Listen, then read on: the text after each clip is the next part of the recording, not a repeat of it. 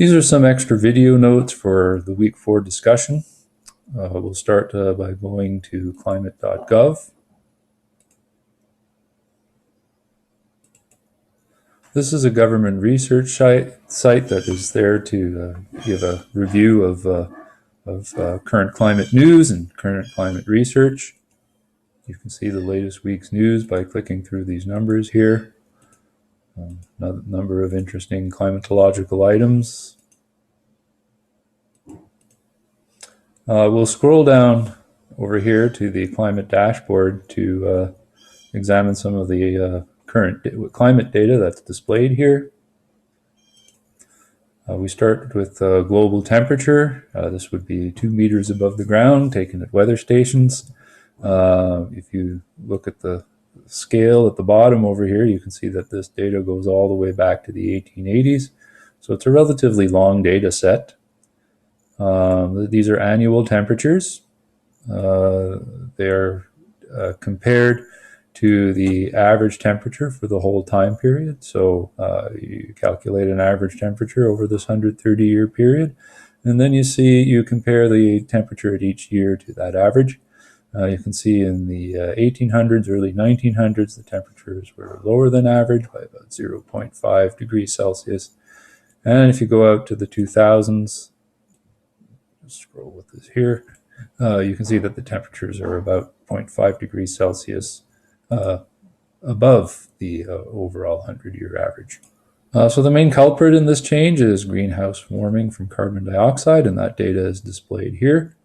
That data doesn't go as far back. All you see displayed here actually is the data since the 1980s, I believe 1987. This data set, which is the one taken at an observatory in Hawaii on the top of Mount, I think it's Mount Hilo.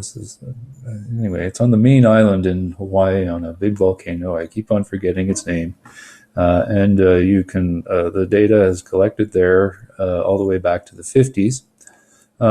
Data for carbon dioxide actually goes way back further than that. And if you go drill into ice cores on glaciers and into ocean sediment cores, you can get data on carbon dioxide, although it goes back 200,000 years if you wish. And but the current accurate data over here is what is shown here. It's accurate, precise. You can even see the seasonal variation in carbon dioxide with the sawtooth pattern here. Finally, over here you see spring snow cover in millions of kilometers squared. Again, this is compared to an average for the whole, for the whole data set here, all the way back to the 60s. Again, that's decreasing as well. Spring snow cover in the northern hemisphere, another good indication that at least our springs are getting warmer. There's a bunch of other data over here that's just as interesting and probably even more important. For example, the sun's energy. Again, data for this goes back quite far, all the way back to the 1880s. And what you see here is that it's pretty constant, a level of about 1360 watts per meter squared. It varies a little bit every 11 years. That's the sunspot cycle. But other than that, it looks pretty flat. Another important item of data over here is ocean heat, which is actually more important than global temperatures, a bigger indicator of climate change than global atmospheric temperatures. And that's because most of the radiation heat from the sun is actually initially absorbed by the oceans. So in other words, most of the heat in the atmosphere comes from the oceans via the oceans through the sun. Okay, the sun doesn't heat up the atmosphere directly. Okay, so this is a more important climate variable to keep track of. It generally varies less than atmospheric temperatures, and it is responsible for a lot more climate change than just atmospheric temperatures. A good example of this is Arctic sea ice. Arctic sea ice is melting We started taking really extensive data of that once satellites were sent up in 1979 to monitor it. And what you can see over here, this is in hundreds of kilometers squared, and this represents ice at the end of the summer.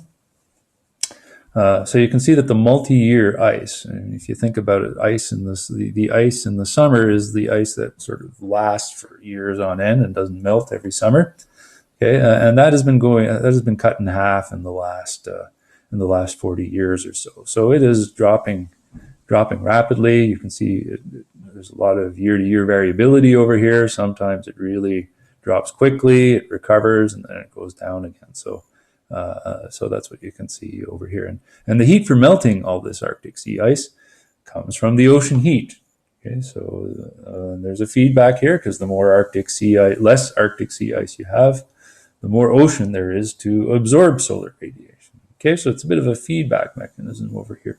So these two items are probably the two most important items to keep track of when you're considering climate change: ocean heat and Arctic sea ice right now.